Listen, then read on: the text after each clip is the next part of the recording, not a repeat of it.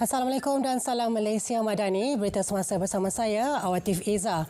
Banjir kembali melanda Johor. Setakat 2.30 petang tadi, 3 daerah terjejas banjir susulan hujan berterusan sejak malam tadi.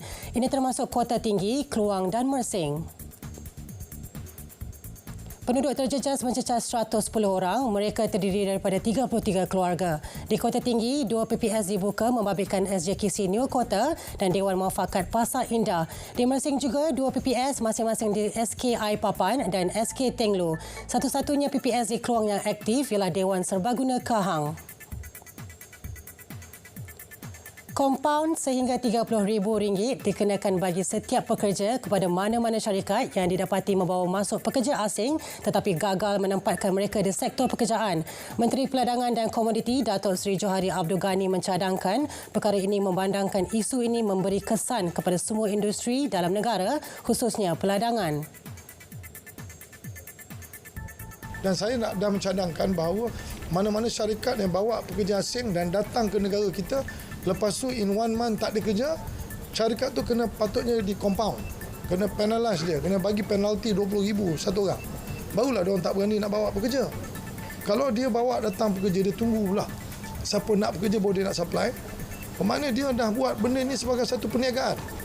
We cannot make this pendatang asing ni untuk bekerja di dalam negara kita secara legal dan kita make it like macam satu dunia perniagaan.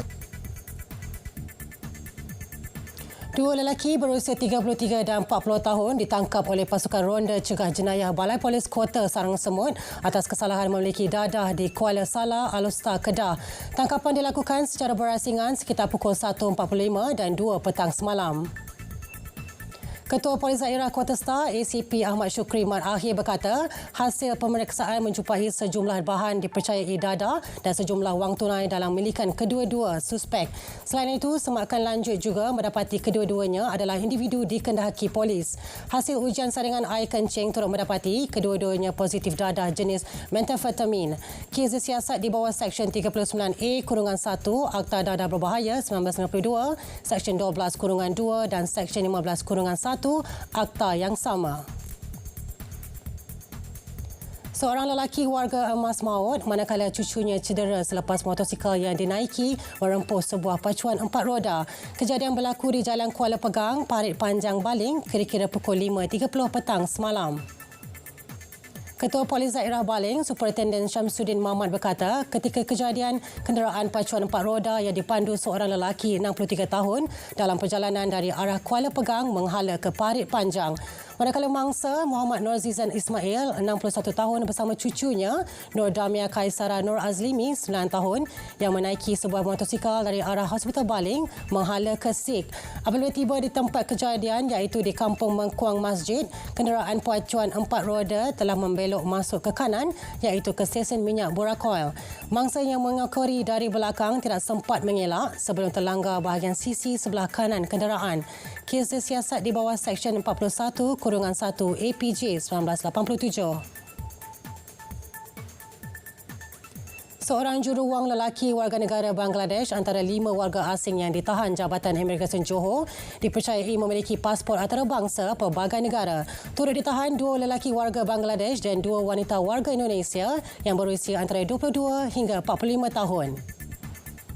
Pengarah Imigresen Johor Baharudin Tahir dalam kenyataannya berkata ketika serbuan pihaknya menjumpai 6 pasport antarabangsa Bangladesh dan India yang disimpan di dalam laci sebuah bilik. 2 wanita Indonesia ditahan mengikut 6-1C Akta Imigresen 1959-63 kerana tidak memiliki dokumen pengenalan diri. Dua lagi lelaki Bangladesh ditahan mengikut Peraturan 17-B Peraturan Imigresen 1963 kerana melanggar syarat PAS dikeluarkan.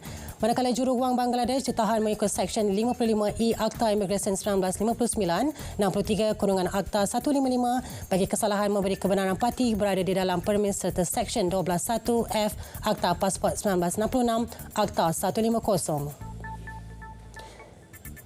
Sekian berita semasa dari Sungai Kesegaran, Palestin Pasti Merdeka. Assalamualaikum, salam Malaysia Madani.